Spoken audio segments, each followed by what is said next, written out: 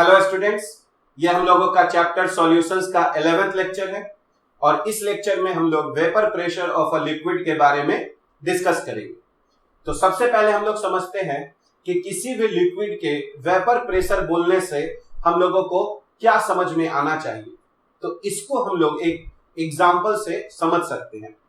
तो सपोज कीजिए हमारे पास एक कंटेनर है और इस कंटेनर में हम लोगों ने एक लिक्विड लिया हुआ है और ये जो कंटेनर है ये ओपन कंटेनर है, मतलब ऊपर से खुला हुआ है। तो अब क्या होगा, तो हम लोग देखेंगे कि धीरे धीरे इस कंटेनर में जो इस लिक्विड का जो लेवल है वो धीरे धीरे डिक्रीज होना शुरू हो जाएगा। और ऐसा क्यों हो रहा है?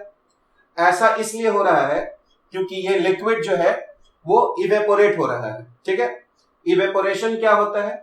तो इवेपोरेशन जो है वो एक सरफेस फेनोमेना है और इसमें जो है लिक्विड जो है वो वेपर कन्वर्ट होते हैं किसी भी टेम्परेचर पे, जबकि बॉइलिंग जो है वो एक बल्क फेनोमेना है और उसमें भी लिक्विड जो है वो वेपर कन्वर्ट होता है, लेकिन वो कहीं से भी हो सकता है। जबकि इवेपोरेशन में जो है वो सिर्फ सरफेस मॉलिक्यूल्स जो है वो पार्टिसिपेट करते हैं, क्योंकि उनके पास एनर्जी जो है वो ज्यादा होता है और वो मॉलिक्यूल्स जो है वो आसानी से वेपर फेज में जा सकते हैं। तो जब भी हम लोग कोई लिक्विड जो है अगर हम लोग एक ओपन कंटेनर में रखेंगे तो हम लोग देखेंगे कि धीरे धीरे वो लिक्विड जो है वो कम होता जाएगा, क्योंकि वो लिक्विड जो है वो इवेपोरेट होते जाएगा। ठीक है, और फाइनली हम लोग को एक ऐसा समय आएगा जब इस कंटेनर में हम लोगों को कोई भी लिक्विड जो है वो नहीं बचा हुआ रहेगा। लेकिन क्या होगा अगर हम लोग इस कंटेनर को क्लोज कर दें? तो अगर सपोज कीजिए अगर हम लोग इस कंटेनर को अगर क्लोज कर देते हैं तो क्या होगा? तो जैसा कि हम लोग जानते हैं कि जो सरफेस के जो मॉलिक्यूल्स हैं, ठीक है, जो सरफेस के जो मॉलिक्यूल्स होते हैं उनके पास जो एनर्जी जो है, सरफेस के जो मॉलिक्यूल्स होते हैं उनके पास जो एनर्जी है वो ज्यादा होता है, क्योंकि इन पर अनबैलेंस्ड फोर्स लगता है नीचे की ओर, जबकि जो इंटीरियर मॉलिक्यूल्स होते हैं उन पर नेट फोर्स 0 होता है। ये हम लोग पढ़ चुके हैं। तो इंटीरियर मॉलिक्यूल्स पर नेट फोर्स 0 होता है, जबकि जो सरफेस मॉलिक्यूल्स हैं उन पर जो नेट फोर्स है वो डाउनवर्ड डायरेक्शन में लगता है और इसीलिए सरफेस मॉलिक्यूल्स के पास जो है वो एनर्जी जो है वो ज्यादा होता है। तो क्या होगा जब हम लोग कंटेनर को क्लोज किए हुए रहेंगे? तो चूंकि सरफेस मॉलिक्यूल्स के पास एनर्जी ज्यादा है तो ये मॉलिक्यूल्स जो है वो लिक्विड फेज से किस फेज में जाना शुरू कर देंगे? तो ये मॉलिक्यूल जो है वो लिक्विड फेज से वेपर फेज में हम लोग है ना जाना शुरू कर देंगे, यानी इवेपोरेशन होना शुरू होगा। और जैसे जैसे यहां पर मॉलिक्यूल्स का संख्या वेपर फेज में ज्यादा होगा तो हम लोगों को कुछ जो है मॉलिक्यूल्स जो वेपर फेज में है ये वापस से हम लोगों का किस फेज में आना शुरू करेंगे? लिक्विड फेज में। यानी ये जो रिवर्स प्रोसेस है इसको हम लोग कंडेंसेशन कहते हैं। यानी जो मॉलिक्यूल्स हैं, जो लिक्विड फेज के मॉलिक्यूल्स हैं वो वेपर फेज में जा रहे हैं, इवेपोरेशन में पार्टिसिपेट कर रहे हैं, और जो मॉलिक्यूल्स वेपर फेज में है वो वापस लिक्विड फेज में आ रहे हैं, यानी वो कंडेंस हो रहे हैं। और ये दोनों प्रोसेस एक साथ हो रहा है। लेकिन शुरुआत में चूंकि यहां पर हम लोगों का पार्टिकल्स का संख्या लिक्विड फेज में ज्यादा है, यानी रेट ऑफ जो इवेपोरेशन है वो ज्यादा है और रेट ऑफ जो कंडेंसेशन है वो कम है। लेकिन धीरे धीरे जो है वो रेट ऑफ इवेपोरेशन घटेगा और रेट ऑफ कंडेंसेशन बढ़ेगा।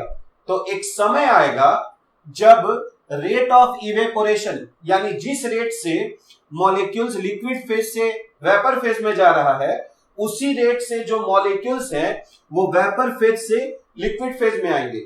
यानी एक समय आएगा, यानी हम लोग कह सकते हैं कि एट इक्विलिब्रियम पे अगर हम लोग देखें, एट इक्विलिब्रियम पे अगर हम लोग देखें तो क्या होगा एट इक्विलिब्रियम में? तो रेट ऑफ इवेपोरेशन जो होगा वो रेट ऑफ कंडेंसेशन के बराबर हो जाएगा। यानी हम लोग कह सकते हैं जो रेट ऑफ इवेपोरेशन जो होगा वो बराबर हो जाएगा किसके? वो बराबर हो जाएगा हम लोगों का रेट ऑफ कंडेंसेशन के। ये बराबर हो जाएगा रेट ऑफ कंडेंसेशन के। यानी इस केस में जिस रेट से मॉलिक्यूल्स लिक्विड से वेपर फेज में जा रहा है उसी रेट से जो मॉलिक्यूल्स जो है वो वेपर फेज से लिक्विड में भी आ रहे हैं, यानी अब दोनों का जो रेट है वो एक समान हो गया है। और उस केस में हम लोग कहेंगे कि ये जो सिस्टम है वो इक्विलिब्रियम पे आ चुका है, ठीक है। और हम लोग जानते हैं कि गैस जो है वो प्रेशर एक्सर्ट करते हैं, तो हम लोग देखेंगे कि इस लिक्विड के ऊपर में है ना एक गैस मौजूद हो गया जो वेपर फेज में हम लोगों के लिए है। तो ये जो गैस के जो मॉलिक्यूल्स है वो क्या करेंगे, वो इस लिक्विड के सरफेस पर प्रेशर एक्सर्ट करेंगे, और इसी प्रेशर को हम लोग क्या कहेंगे, वेपर प्रेशर। यानी वेपर प्रेशर जो है वो प्रेशर है जो वेपर्स एक्सर्ट करता है लिक्विड के सरफेस पर, कब, जब वो दोनों आपस में है ना इक्विलिब्रियम पे आ चुके रहते हैं, यानी जब रेट ऑफ इवेपोरेशन और रेट ऑफ कंडेंसेशन दोनों बराबर हो चुका रहता है, उस समय जो वेपर्स प्रेशर एक्सर्ट करता है हम लोगों को लिक्विड के सरफेस पर, उसी प्रेशर को हम लोग वेपर प्रेशर कहते हैं। इसीलिए हम लोग यहां पर वेपर प्रेशर को डिफाइन किए हैं, the pressure exerted by the vapours of the liquid in equilibrium with liquid at a given temperature. तो अब हम लोग देखेंगे कि वो कौन कौन सा फैक्टर्स है जिस पर वेपर प्रेशर जो है वो डिपेंड करता है।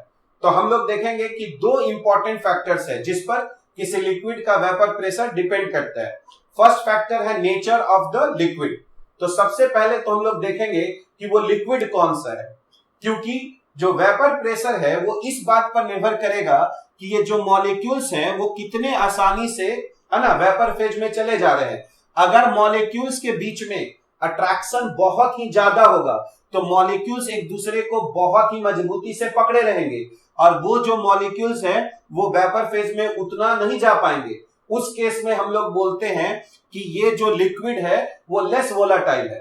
तो लेस वोलाटाइल बोलने का मतलब है कि उसके मॉलिक्यूल्स के बीच में अट्रैक्शन बहुत ज्यादा है, और वो जो वेपर प्रेशर बनाएगा वो बहुत ही कम बनाएगा, क्योंकि मॉलिक्यूल्स एक दूसरे को बहुत ही मजबूती से पकड़े हुए हैं। तो किसी भी लिक्विड का जो वेपर प्रेशर है वो सबसे पहले तो इस बात पर निर्भर करेगा कि उस लिक्विड का क्या नेचर है, यानी उस लिक्विड के मॉलिक्यूल्स के बीच में इंटरमॉलिक्यूलर जो अट्रैक्शन है वो वीक है या फिर स्ट्रांग है। अगर वीक होगा तो वो आसानी से वेपर बना लेंगे और उस समय हम लोगों को वेपर प्रेशर ज्यादा मिलेगा, तो हम लोग कहेंगे कि जो लिक्विड है वो मोर वोलाटाइल है। लेकिन अगर लिक्विड के मॉलिक्यूल्स के बीच में अट्रैक्शंस बहुत ज्यादा है तो यहां पर हमको वेपर प्रेशर जो है वो बहुत ही कम मिलेगा, और उस केस में हम लोग कहेंगे कि लिक्विड जो है वो लेस वोलाटाइल है। तो हम लोग यहां पर देख रहे हैं कि जो वेपर प्रेशर है वो सबसे पहले तो हम लोगों को लिक्विड के नेचर पे डिपेंड करेगा, यानी लिक्विड के बीच में इंटरमॉलिक्यूलर अट्रैक्शन कम है या फिर ज्यादा है। और जो सेकंड फैक्टर है वो है हम लोगों का टेम्परेचर।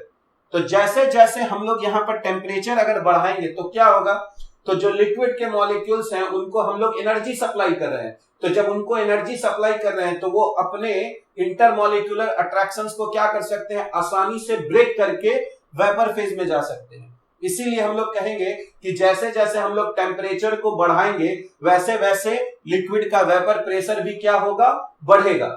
यानी किसी भी लिक्विड का वेपर प्रेशर दो इंपॉर्टेंट फैक्टर्स पर डिपेंड करेगा।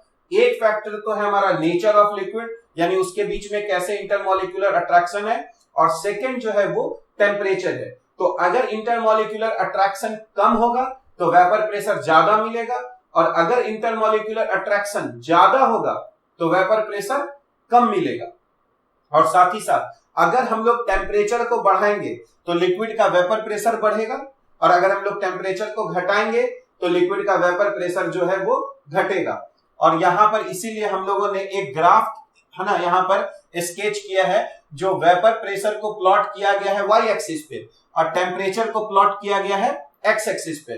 तो जैसा कि हम लोग यहाँ पर देख रहे हैं कि जैसे जैसे हम लोग टेम्परेचर को इंक्रीज कर रहे हैं लिक्विड का जो वेपर प्रेशर जो है वो बढ़ रहा है। तो यहाँ पर हम लोग चार जो है वो डिफरेंट लिक्विड्स लिए हैं, ठीक है, ए बी सी डी, जहां पर ए जो है वो हम लोगों का वाटर है, बी जो है वो इथाइल अल्कोहल या एथेनॉल है, सी जो है वो एसीटोन है, और डी जो है वो हम लोगों का डाई इथाइल ईथर है। तो हम लोग यहाँ पर देख रहे हैं कि हम लोगों के पास चार डिफरेंट है ना काइंड्स ऑफ जो लिक्विड है, लेकिन जैसे जैसे हम लोग टेम्परेचर बढ़ा रहे हैं तो हर लिक्विड का जो वेपर प्रेशर है वो क्या हो रहा है, इंक्रीज कर रहा है। ठीक है। लेकिन अगर हम लोग यहां पर देखें तो एक गिवन टेम्परेचर पे सबसे कम वेपर प्रेशर जो है वो हम लोगों को किसका मिलेगा, तो एट अ गिवन टेम्परेचर अगर हम लोग बात करें तो सबसे कम जो हम लोगों के पास वेपर प्रेशर मिलेगा वो वाटर का मिल रहा है। इसका क्या मतलब हुआ, इसका मतलब हुआ कि वाटर का के जो मॉलिक्यूल्स है उनके बीच में इंटर जो मॉलिक्यूलर अट्रैक्शन है वो इन तीनों लिक्विड के कंपैरिजन में क्या है, बहुत ही ज्यादा है, जिसके कारण जो वाटर के मॉलिक्यूल्स हैं वो आसानी से वेपर फेज में जा नहीं पा रहे हैं। और इसीलिए हम लोग देख रहे हैं कि एट अ सर्टेन टेम्परेचर जो है वो वाटर के लिए हमारा वेपर प्रेशर हमारा कम है। और इसी बात को हम लोग यहां पर कह सकते हैं कि चूंकि वाटर का बॉइलिंग पॉइंट क्या है हमारा 100 डिग्री सेल्सियस है, जबकि हम लोग बाकी अगर तीनों लिक्विड का देखें तो वो 100 डिग्री सेल्सियस से कम है। तो बॉइलिंग पॉइंट जो है वो इंटरमॉलिक्यूलर अट्रैक्शन पे डिपेंड करता है। जिस लिक्विड के इंटरमॉलिक्यूलर अट्रैक्शन जो है वो ज्यादा होगा उसका बॉइलिंग पॉइंट भी क्या हो जाएगा, ज्यादा हो जाएगा। तो बॉइलिंग पॉइंट जो है वो डायरेक्ट रिफ्लेक्ट करेगा कि इंटरमॉलिक्यूलर अट्रैक्शन कितना है। तो जिसका जितना ज्यादा बॉइलिंग पॉइंट होगा यानी इंटरमॉलिक्यूलर अट्रैक्शन उतना ही ज्यादा है, इसका मतलब ये हुआ कि उसका वेपर प्रेशर जो है वो हम लोगों का कम होगा। यानी जिस लिक्विड का बॉइलिंग पॉइंट ज्यादा होगा हम लोग कहेंगे वो लेस वोलेटाइल होगा, और जिस लिक्विड का बॉइलिंग पॉइंट कम होगा इसका मतलब है कि उसके इंटरमॉलिक्यूलर है ना अट्रैक्शंस का जो हम लोग अगर मैग्नीट्यूड देखेंगे वो हम लोगों का है ना कम होगा। तो इसीलिए हम लोग कहेंगे कि वो हम लोगों का ज्यादा वोलेटाइल होगा। तो यहां पे हम लोग देख सकते हैं कि जो हम लोग यहाँ पर 4 लिक्विड हम लोग लिए हैं तो सबसे अगर हम लोगों को कम वेपर प्रेशर मिलेगा वो किसके लिए मिलेगा, वाटर के लिए, क्योंकि उसका बॉइलिंग पॉइंट बहुत ही ज्यादा है, उसके मॉलिक्यूल्स के बीच में इंटरमॉलिक्यूलर अट्रैक्शंस बहुत ही ज्यादा है। उसके बाद हम लोग देख रहे हैं इथाइल अल्कोहल, ठीक है, क्योंकि उसका बॉइलिंग पॉइंट जो है 76 डिग्री सेल्सियस है। फिर अगर हम लोग एसीटोन देख रहे हैं तो उसका बॉइलिंग पॉइंट हम लोगों का 56 डिग्री सेल्सियस है, जबकि डाइइथाइल ईथर का अगर हम लोग देखें तो उसका बॉइलिंग पॉइंट 35 डिग्री सेल्सियस है। यानी चूंकि डाइइथाइल ईथर का जो है वो बॉइलिंग पॉइंट सबसे कम है, यानी उनके इंटरमॉलिक्यूलर जो अट्रैक्शंस का अगर हम लोग मैग्नीट्यूड देखें तो बहुत ही कम होगा। और यही कारण है कि उनका जो वेपर प्रेशर जो है वो सबसे ज्यादा है। अगर इन 4 में हम लोग कंपैरिजन करें तो ईथर का जो है यहाँ पर हम लोगों का वेपर प्रेशर सबसे ज्यादा मिल रहा है। इसलिए हम लोग यहाँ पर देख रहे हैं कि अगर फैक्टर्स अफेक्टिंग वेपर प्रेशर देखा जाए तो हमारे पास 2 फैक्टर्स होगा। फर्स्ट हो जाएगा नेचर ऑफ द लिक्विड यानी इंटरमॉलिक्यूलर अट्रैक्शन। अगर इंटरमॉलिक्यूलर अट्रैक्शन कम होगा तो वेपर प्रेशर हम लोगों का क्या हो जाएगा, ज्यादा हो जाएगा, और अगर इंटरमॉलिक्यूलर अट्रैक्शन ज्यादा होगा तो वेपर प्रेशर हम लोगों का कम हो जाएगा। और सेकंड जो है वो हम लोगों का क्या होगा, टेम्परेचर। अगर हम लोग लो टेम्परेचर पे हैं तो वेपर प्रेशर कम मिलेगा, अगर हम लोग हाई टेम्परेचर पे हैं तो वेपर प्रेशर ज्यादा मिलेगा। और वेपर प्रेशर टेम्परेचर पे है ना कैसे डिपेंड करता है, इसको हम लोग एक रिलेशन से यहाँ पर हम लोग यहाँ पे है ना देख सकते हैं, जहां पर हम लोग का रिलेशन है log P2 by P1 जो है वो डेल्टा HB अपॉन 2.303 R, और यहाँ पर है 1 upon T1 minus 1 upon T2, जहां पर P2 जो है वो लिक्विड का वेपर प्रेशर है एट टेम्परेचर T2 और P1 जो है वो लिक्विड का वेपर प्रेशर है एट टेम्परेचर T1, और डेल्टा HB को हम लोग कहते हैं लैटेंट हीट ऑफ वेपराइजेशन, जिसका यूनिट नॉर्मली हम लोगों को किलो जूल पर मोल में दिया रहेगा। यानी 1 मोल लिक्विड को है ना वेपर फेज में ले जाने के लिए हम लोगों को जो अमाउंट देना पड़ता है उसी को हम लोग लैटेंट हीट ऑफ वेपराइजेशन कहते हैं। तो नॉर्मली ये जो है किलो जूल पर मोल में दिया रहेगा, तो हम लोगों को जो R है वो 8.314 जूल पर मोल केल्विन होता है। तो हम लोगों को इस किलो जूल को पहले 1000 से मल्टीप्लाई करके जूल में कन्वर्ट कर लेंगे और R का वैल्यू हम लोग ले लेंगे 8.314, ठीक है। तो इस तरह से हम लोग को अगर एक टेम्परेचर पे वेपर प्रेशर अगर हम लोगों को पता है तो हम लोग को दूसरे टेम्परेचर पे भी हम लोग वेपर प्रेशर आसानी से है ना इस रिलेशन के जरिए हम लोग यहाँ पर निकाल सकते हैं। एक बहुत इंपॉर्टेंट पॉइंट है जो हम लोगों को समझना है कि किसी भी लिक्विड का जो वेपर प्रेशर होता है वो सरफेस एरिया पे डिपेंड नहीं करता है। यानी ये कंटेनर जो है वो हम लोगों का छोटा हो या बड़ा हो उससे कोई मतलब नहीं है। जो लिक्विड का जो वेपर प्रेशर है अगर हम लोग देखें तो वो सिर्फ और सिर्फ उसके नेचर पे और साथ ही साथ टेम्परेचर पे हम लोगों का डिपेंड करता है। अब हम लोग vapour pressure of liquid liquid solution देखेंगे। लिक्विड लिक्विड सॉल्यूशन बोलने का मतलब हुआ कि जहां पर सॉल्यूट भी लिक्विड है और सॉल्वेंट भी लिक्विड है। और हम लोग यहां पर मानेंगे कि जो सॉल्यूट है वो भी एक वोलेटाइल लिक्विड है और जो सॉल्वेंट है वो भी एक वोलेटाइल लिक्विड है, यानी सॉल्यूट भी वेपर प्रेशर बना सकता है और सॉल्वेंट भी जो है वो भी हम लोगों का वेपर प्रेशर बना सकता है। तो जैसा कि अगर हम लोग यहां पर समझें कि हम लोगों के पास अगर एक कंटेनर है और अगर इस कंटेनर में हम लोग दो लिक्विड लेते हैं, ठीक है, दो लिक्विड लेते हैं, एक लिक्विड हमारा ए है और दूसरा लिक्विड हमारा बी है। तो अगर इस कंटेनर में हम लोग दो लिक्विड लेते हैं, अब चूंकि ये दोनों लिक्विड वोलेटाइल है तो क्या होगा, तो यहां पर हम लोग देखेंगे कि है ना, फर्स्ट लिक्विड जो हमारा ए है ये भी वेपर्स बनाएगा, ठीक है, तो फर्स्ट लिक्विड का भी हम लोगों को यहां पर वेपर्स मिलेगा और साथ ही साथ जो सेकेंड लिक्विड बी है हमारा वो भी वेपर्स बनाएगा, यानी यहां पर हम लोगों का है ना दोनों लिक्विड का वेपर्स बनेगा, ठीक है। तो अगर हम लोग का जो ए लिक्विड यहां पर वेपर बना रहा है वो एक प्रेशर एक्सर्ट करेगा और उसी तरह से जो बी लिक्विड है यहां पर वेपर बना रहा है वो भी एक प्रेशर एक्सर्ट करेगा।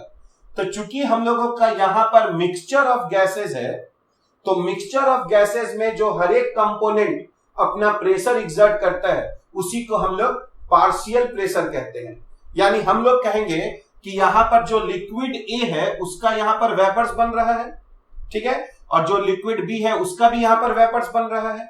फिर एक समय आएगा जब ये जो वेपर्स है वो अपने लिक्विड के साथ या सॉल्यूशन के साथ डायनामिक इक्विलिब्रियम में आ जाएगा, यानी जिस रेट से ए के पार्टिकल्स जो लिक्विड फेज में है वो वेपर फेज में जा रहे हैं उसी रेट से फिर ए के पार्टिकल्स जो वेपर फेज में है वो लिक्विड में आ रहे होंगे।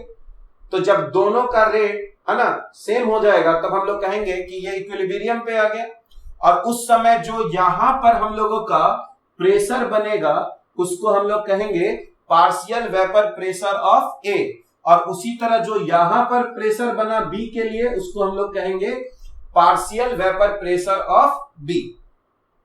यानी हम लोग यहां पर देख रहे हैं कि जब दो लिक्विड को हम लोग एक कंटेनर में रखते हैं और अगर दोनों लिक्विड वोलेटाइल होता है तो हम लोगों को यहां पर दोनों लिक्विड के वेपर्स मिलेंगे, जहां पर अगर एक लिक्विड के वेपर प्रेशर को अगर हम लोग पीए मान रहे हैं तो दूसरे लिक्विड के हम लोग वेपर प्रेशर को पीबी मान रहे हैं।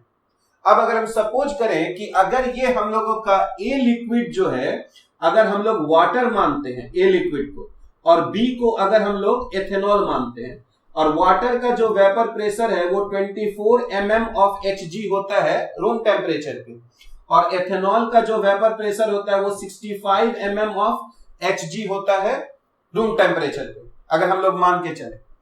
तो अगर हम लोगों का जो ए है अगर हम लोग माने एथेनॉल है, ए अगर एथेनॉल है और बी अगर हम लोगों का वाटर है, तो क्या होगा यहां पर, तो वाटर अगर सिर्फ अकेला रहता उस कंटेनर में तो उसका जो यहां पर हम लोगों को वेपर प्रेशर मिलता ये 24 mm है, यानी ये vapour pressure of pure water है जब वाटर कंटेनर में अकेला होता, यानी उसका मोल फ्रैक्शन 1 होता।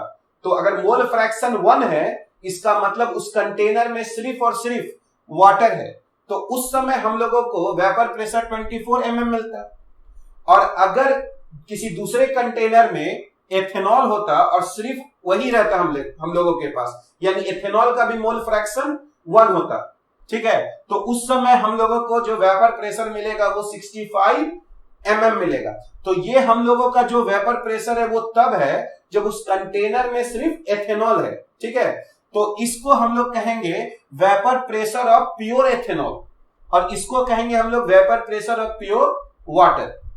तो अगर जब हम दोनों को मिलाएंगे है ना, वाटर और एथेनॉल को अगर हम दोनों को यहां पर मिलाएंगे तो क्या वाटर यहां पर वेपर प्रेशर 24 mm बना पाएगा, तो सवाल तो इसका आंसर होगा हम लोगों का नहीं, क्योंकि वाटर ये वेपर प्रेशर तब बना पाता है जब वो सरफेस पर सारे मॉलिक्यूल्स वाटर के होते हैं तब वो बना पाता है।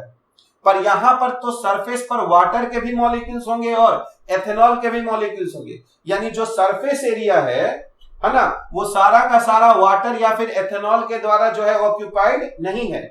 इसीलिए वाटर को लगेगा कि जब हम लोग सिर्फ अकेले थे तो 24 mm का हम लोग प्रेशर बना रहे थे, पर अब तो हम एथेनॉल के साथ हैं और सरफेस एरिया पर जो है वो इथेनॉल के भी मॉलिक्यूल्स हैं। तो यहां पर जो ये वाटर का जो यहां पर वेपर प्रेशर बनेगा PA, ये इस 24 mm से कम होगा अगर हम लोग रूम टेम्परेचर के बारे में बात कर रहे हैं। और उसी तरह अगर हम लोग यहां पर एथेनॉल का अगर यहां पर वेपर प्रेशर देखें तो ये 65 mm से हम लोगों का यहां पर कम होगा, ठीक है। लेकिन अगर हम इन PA और PB इन दोनों के वेपर प्रेशर को अगर हम लोग यहां पर जोड़ देंगे तो वो 24 mm से ज्यादा लेकिन 65 mm से कम होगा। इसका मतलब यह हुआ कि जब हम लोग दो लिक्विड को एक कंटेनर में रखते हैं तो दोनों जो है वो वेपर प्रेशर बनाएगा, ठीक है। और सवाल उठता है कि कौन सा लिक्विड कितना वेपर प्रेशर बनाएगा। इसी चीज को हम लोग एक लॉ से एक्सप्रेस करते हैं जिसको हम लोग रॉल्स लॉ कहते हैं। तो रॉल्स लॉ जो है वो कब आया, जब हम लोग दोनों कंपोनेंट को हम लोग यहां पर वोलाटाइल मान रहे हैं सॉल्यूशन में, जब सॉल्यूट भी वोलाटाइल है और सॉल्यूशन और सॉल्वेंट भी वोलाटाइल है। तो रॉल्स लॉ कहता है कि for a solution of volatile liquids the partial vapour pressure of each component of the solution is directly proportional to its mole fraction present in the solution.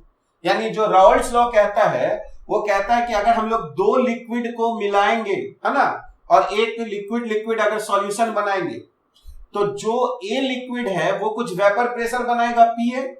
वो इस बात पर निर्भर करेगा कि ए का यहां पर कितना मोल फ्रैक्शन है। यानी अगर हम यहां पर ए का मोल फ्रैक्शन बढ़ाएंगे तो यहां पर पार्शियल वेपर प्रेशर ऑफ ए भी इंक्रीज होगा।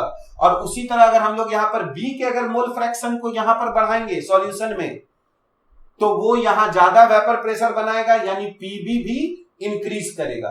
यानी जो PA है वो directly proportional to mole fraction of A हो गया और PB जो है वो directly proportional to mole fraction of B हो गया। इसीलिए हम लोग यहां पर लिख सकते हैं फॉर अ सॉल्यूशन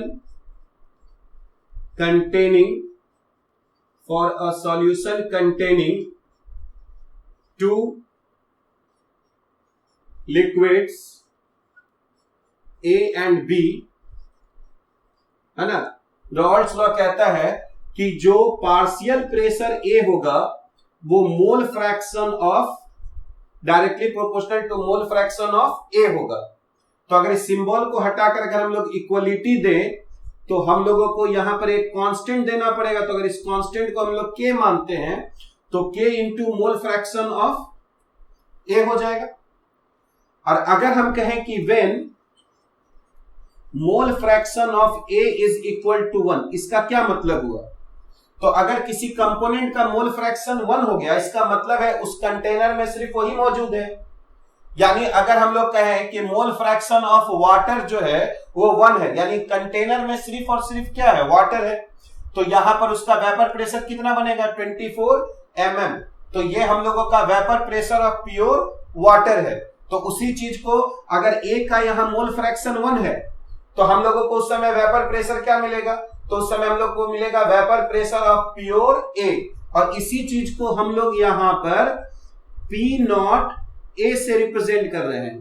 तो P0 A का मतलब होगा vapour pressure of pure A, यानी ये तब वेपर प्रेशर है जब कंटेनर में सिर्फ A है, ठीक है। तो हम लोग यहां पर लिख सकते हैं कि जब XA यानी मोल फ्रैक्शन ऑफ A 1 है तो PA कितने के बराबर हो गया, P0 A। तो PA को क्या लिख देंगे हम लोग, P0 A, और ये हो जाएगा K इंटू 1। इसीलिए जो कांस्टेंट था K वो हम लोगों का क्या आ गया, vapour pressure of pure A। और इसीलिए हम लोगों का यहां पर रिलेशन हो गया कि partial vapour pressure of A जो होगा वो P0 A into mole fraction of A इसके बराबर होगा। यानी अगर कोई सॉल्यूशन है जिसमें दो लिक्विड है A और B, तो उस लिक्विड का जो पार्शियल वेपर प्रेशर होगा वो वेपर प्रेशर उस लिक्विड का जो प्योर स्टेट में है इनटू उसका मोल फ्रैक्शन के बराबर होगा, ठीक है। उसी तरह हम लोग यहां पर लिख सकते हैं सिमिलरली अगर हम लोग कहें कि पार्शियल प्रेशर ऑफ B किसके बराबर हो जाएगा, तो उसी तरह यहां P0 A के जगह हम लोग लिख देंगे P0 B, और into mole fraction of B. यानी जो दूसरा जो लिक्विड है उसका जो वेपर प्रेशर जो होगा वो फिर हम लोग उस लिक्विड का लेंगे वेपर प्रेशर प्योर स्टेट में और फिर उसको मल्टीप्लाई कर देंगे उसके मोल फ्रैक्शन पे। तो पी हमारा हो गया पी नॉट ए इंटू, है ना, मोल फ्रैक्शन ऑफ ए, और उसी तरह पीबी जो होगा वो हो जाएगा P naught B into mole fraction of B. तो जैसा कि अभी हम लोगों ने देखा कि जो partial vapour pressure of A होगा वो P naught A into mole fraction of A, और जो पार्शियल प्रेशर ऑफ बी जो होगा वो P naught B into mole fraction of B, जहां पर हम लोगों का जो पी नॉट ए जो है वो है वेपर प्रेशर ऑफ प्योर ए। यानी ये ए का वेपर प्रेशर है उस समय जब कंटेनर में सिर्फ वो अकेला है, और उसी तरह जो पी नॉट बी जो होगा हम लोगों का वो वेपर प्रेशर ऑफ प्योर जो है वो बी का है। ठीक है, तो अब हम लोग यहां पर देख रहे हैं कि हम लोगों के पास यहां पर ए के भी वेपर्स है और बी के भी वेपर्स है। तो अगर हम लोग यहां पर टोटल अगर वेपर प्रेशर अगर हम लोग निकालना चाहते हैं तो हमको Dalton's law of partial pressure को यूज करना पड़ेगा, जो कहता है कि अगर हम लोगों के पास कोई मिक्सचर ऑफ गैसेज है और हम लोगों को अगर टोटल चाहिए प्रेशर तो हम लोगों को, है ना, जितने भी कंपोनेंट्स हैं उनके पार्शियल प्रेशर को ऐड करना होगा। तो अगर हम लोग यहाँ पर टोटल वेपर प्रेशर जानना चाहते हैं तो वो जो total vapour pressure P total जो होगा वो हम लोगों का पी ए यानी partial vapour pressure of A और plus partial vapour pressure of B के बराबर होगा, जो कि यहां पर हम लोगों का P naught A into X A और plus P naught B into X B या फिर काई बी भी बोल सकते हैं हम लोग। तो इन दोनों के सम के बराबर होगा। चूंकि इस लिक्विड में या इस सॉल्यूशन में दो कंपोनेंट्स है तो हम लोग कहेंगे कि दोनों कंपोनेंट्स का जो मोल फ्रैक्शन का जो सम होगा एक्स ए प्लस एक्स बी वो हम लोगों का 1 के बराबर होगा, और इसीलिए हम लोग यहां पर, है ना, ए के मोल फ्रैक्शन को लिख सकते हैं 1 minus mole fraction of B. यानी हम लोग यहां पर लिख सकते हैं P total is equal to P naught A रहने देते हैं और मोल फ्रैक्शन ऑफ ए को 1 minus mole fraction of B लिख सकते हैं, है ना। मोल फ्रैक्शन ऑफ ए को 1 minus mole fraction of B लिख सकते हैं, और प्लस यहां पर अगर हम लोग देखें तो इसको हम लोग ऐसे ही रहने देते हैं P naught B into X B. अब अगर हम लोग इसको थोड़ा अगर एक्सपेंड करें तो P total P naught A यहां पर हो जाएगा और minus P naught A into mole fraction of B और प्लस यहां पर हो जाएगा P naught B into mole fraction of B. अब अगर हम लोग यहां पर पी टोटल देखें तो ये हो जाएगा पी नॉट ए, और यहां से अगर मोल फ्रैक्शन ऑफ बी को कॉमन लेंगे तो ये हो जाएगा P naught B minus P naught ए, तो यहां पर हो जाएगा plus P naught B minus P naught A into mole fraction of P. यानी अगर हम लोग पी टोटल यहां पर पी नॉट ए लिख रहे हैं तो ये हो जाएगा P naught B minus P naught A into mole fraction of B. और उसी तरह से सोचिए कि अगर हम लोग यहां पर मोल फ्रैक्शन ऑफ बी को अगर हम लोग 1 माइनस मोल फ्रैक्शन ऑफ ए अगर लिखे होते तो यहां पर हम लोगों का क्या रिलेशन आता। तो अगर हम लोग का यहां पर जो रिलेशन आ जाएगा वो हो जाएगा पी नॉट ए के जगह हम लोगों का यहां पर पी नॉट बी हो जाएगा, फिर यहां पर हो जाता पी नॉट ए माइनस पी नॉट बी और यहां हो जाता मोल फ्रैक्शन ऑफ ए। यानी हम लोग टोटल वेपर प्रेशर को मोल फ्रैक्शन ऑफ बी के भी टर्म्स में लिख सकते हैं और या फिर मोल फ्रैक्शन ऑफ ए के भी टर्म्स में लिख सकते हैं। अगर हम यहां पर मोल फ्रैक्शन ऑफ बी लिखेंगे तो यहां P naught B minus P naught ए हो जाएगा और यहां पर आ जाएगा पी नॉट ए। अगर हम यहां मोल फ्रैक्शन ऑफ ए के टर्म्स में लिखेंगे तो ये पी नॉट ए माइनस पी नॉट बी हो जाएगा और यहां पर आ जाएगा पी नॉट बी। तो दोनों जो रिलेशन है वो एक्चुअल में सेम ही है, बस यहां पर हम लोग इसको हम लोग कंपोनेंट बी के टर्म्स में लिख रहे हैं टोटल प्रेशर, जबकि यहां पर मोल फ्रैक्शन ऑफ ए के टर्म्स में यहां पर हम लोग लिख रहे हैं टोटल प्रेशर। यानी जब भी हम लोग एक सॉल्यूशन लेंगे दो वोलेटाइल लिक्विड्स का तो यहां पर जो हम लोगों का टोटल वेपर प्रेशर जो हम लोगों को यहां पर मिलेगा वो हम लोगों का P टोटल हो जाएगा P नॉट ए, है ना, plus P not B minus P not A into, है ना, मोल फ्रैक्शन ऑफ B, और या फिर P not be plus P not a minus P not B into mole fraction of A। अब हम लोग यहां पर एक ग्राफ खींचेंगे जो total vapour pressure versus mole fraction of A या फिर मोल फ्रैक्शन ऑफ B के टर्म्स में होगा। तो इसके लिए हम लोग क्या करेंगे कि इसके लिए चूंकि हमारे पास दो कंपोनेंट है, तो हम लोग यहां पर एक एक्स एक्सिस और दो हम लोग वाई एक्सिस लेंगे, ऐसा हम लोग लेंगे। ये दो वाई एक्सिस हो गया और एक एक्स एक्सिस हो गया। अब हम लोग यहां पर जो वाई एक्सिस है, यहां पर हम लोग वाई एक्सिस पर वेपर प्रेशर को हम लोग प्लॉट कर रहे हैं, वाई एक्सिस पर वेपर प्रेशर को हम लोग प्लॉट कर रहे हैं, और एक्स एक्सिस पे हम लोग मोल फ्रैक्शन को प्लॉट कर रहे हैं। तो हम लोग यहां पर मोल फ्रैक्शन बी ले रहे हैं हम, यानी हम लोग मानेंगे कि यहां पर जो बी का जो मोल फ्रैक्शन है वो यहां पर 0 है, और इस पॉइंट पर अगर हम लोग पहुंचेंगे तो बी का मोल फ्रैक्शन अब हमारा 1 हो जाएगा। अब चूंकि हमारे कंटेनर में दोनों कंपोनेंट है, तो अगर यहां पर बी का मोल फ्रैक्शन 0 है, यानी उस कंटेनर में बी नहीं है, तो कौन है, तो उस कंटेनर में सिर्फ ए होगा। तो यहां पर हम लोगों का मोल फ्रैक्शन ऑफ ए जो है वो 1 हो जाएगा। और अब जब यहां पर अगर बी का मोल फ्रैक्शन 1 है, यानी उस कंटेनर में सिर्फ बी है, तो हम लोग कहेंगे कि अगर यहां पर हम लोग पहुंचेंगे तो ए का जो मोल फ्रैक्शन है वो हम लोगों का 0 हो जाएगा। अब हम लोग यहां पर क्या कर रहे हैं, यानी इस जगह पर हम लोग के पास सिर्फ ए है, ठीक है, तो उस समय ए का जो वेपर प्रेशर होगा उसी को तो हम लोग पी नॉट ए कहते हैं। पी नॉट ए तब हम लोग लिखते हैं जब वो कंटेनर में सिर्फ ए होता है। तो चूंकि यहां पर बी का मोल फ्रैक्शन 0 है, यानी उस कंटेनर में सिर्फ ए है, तो उस समय का वेपर प्रेशर हम लोगों का पी नॉट ए होगा। तो अब हम लोग यहां पर जो है कहीं पर पी नॉट ए यहां पर हम लोग रिप्रेजेंट कर देते हैं, ठीक है। यहां पर जब हम पहुंचेंगे, है ना, तो सिर्फ हमारे पास बी है, तो उस समय जो वेपर प्रेशर है वो पी नॉट बी है। अगर जो बी लिक्विड है अगर वो ज्यादा वोलेटाइल है तो उसका वेपर प्रेशर ज्यादा होगा, और अगर बी जो है वो ए के कंपैरिजन में लेस वोलेटाइल है तब उसका वेपर प्रेशर ए के कंपैरिजन में कम होगा। तो हम लोग यहां पर कुछ भी मान सकते हैं। तो हम लोग यहां पर मान के चलते हैं कि जो बी है वो ज्यादा वोलेटाइल है, यानी बी का जो वेपर प्रेशर है वो ए के वेपर प्रेशर से ज्यादा है। तो चूंकि ए का वेपर प्रेशर यहां पर है तो हम लोग बी का वेपर प्रेशर कहीं यहां पर लेते हैं, तो ये हम लोगों का पी नॉट बी हो जाता है, ठीक है। तो अब अगर हम लोग इसका अगर हम लोग, है ना, ग्राफ खींचे कि P A is equal to P naught A into mole fraction of A, तो जैसा कि हम लोग यहां पर देख रहे हैं, अगर हम लोग इसको y माने और इसको x माने तो ये m हो जाएगा, यानी ये एक स्ट्रेट लाइन है y बराबर mx।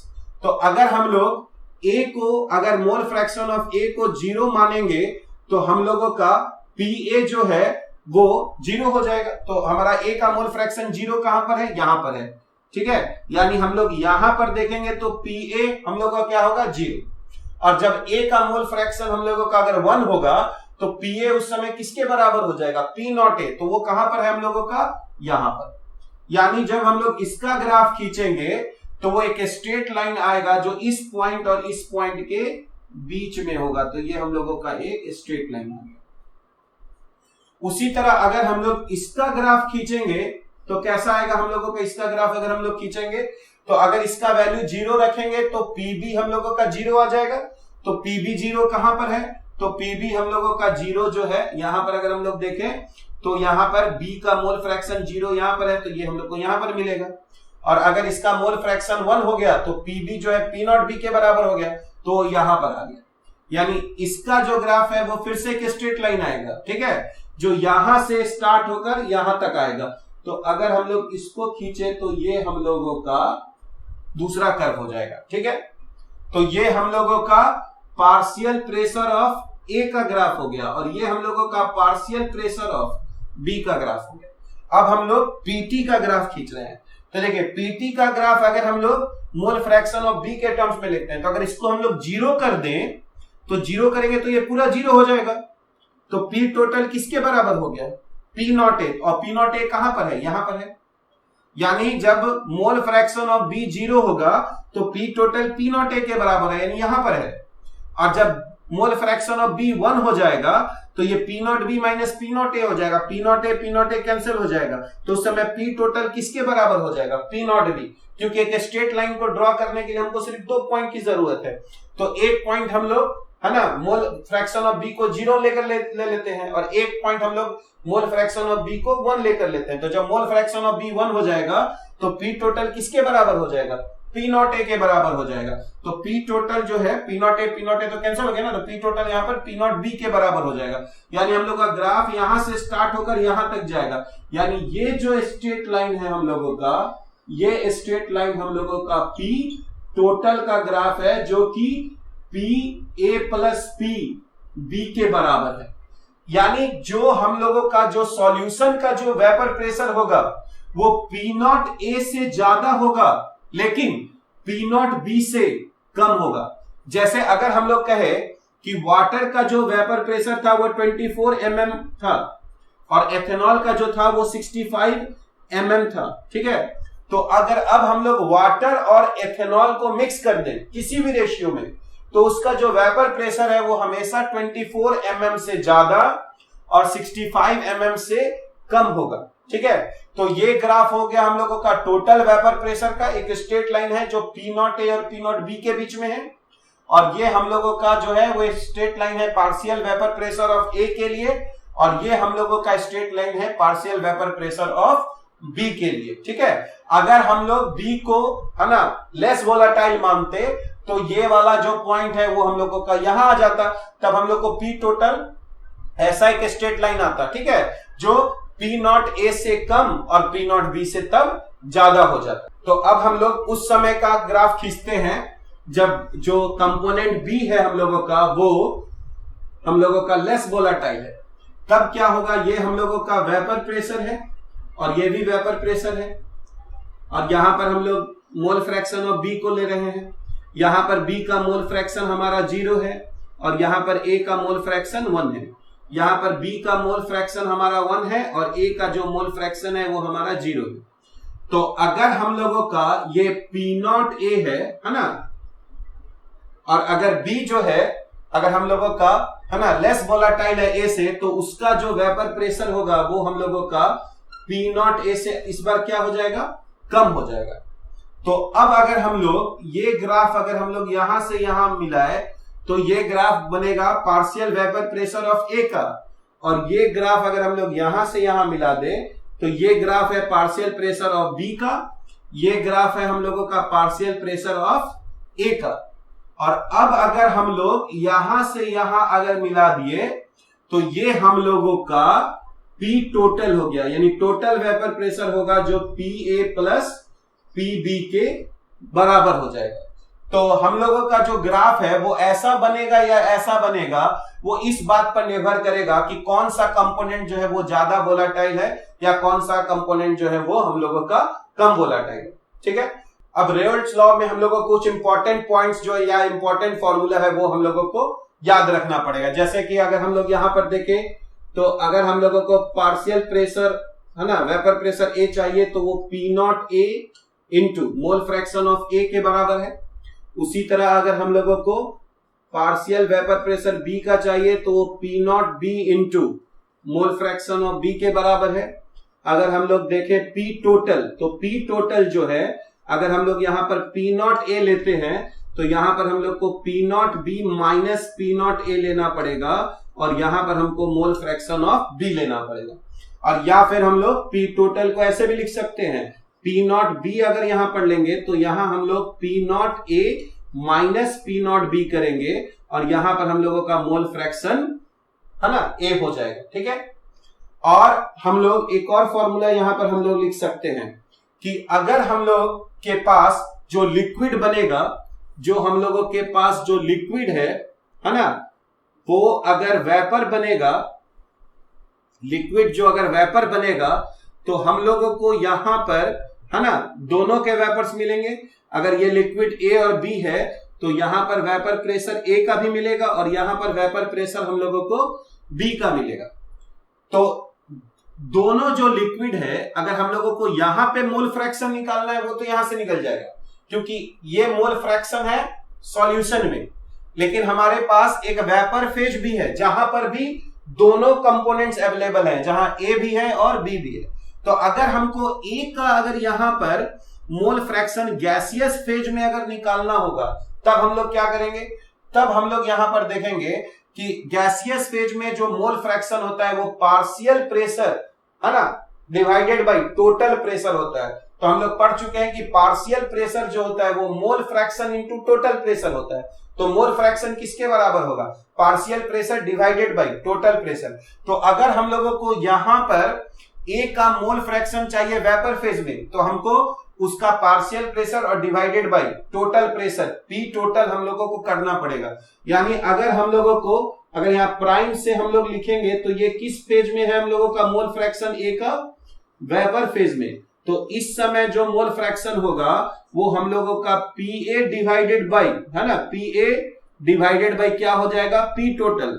और उसी तरह अगर हम लोग बी का मोल फ्रैक्शन देखें वेपर फेज में, तो हम लोगों को क्या हो जाएगा, बी का जो मोल फ्रैक्शन वेपर फेज में, तो ये हम लोगों का P B divided by P total हो जाएगा, जहां पर पी टोटल जो है वो हमारा वो P A plus P B के बराबर होगा। ठीक है, तो ये हम लोगों का कुछ इंपॉर्टेंट पॉइंट्स है ना राउल्ट्स लॉ से, जो हम लोगों को याद रखना पड़ेगा। नेक्स्ट जो हम लोग का लेक्चर होगा उसमें हम लोग इससे रिलेटेड कुछ प्रॉब्लम्स को सॉल्व करेंगे।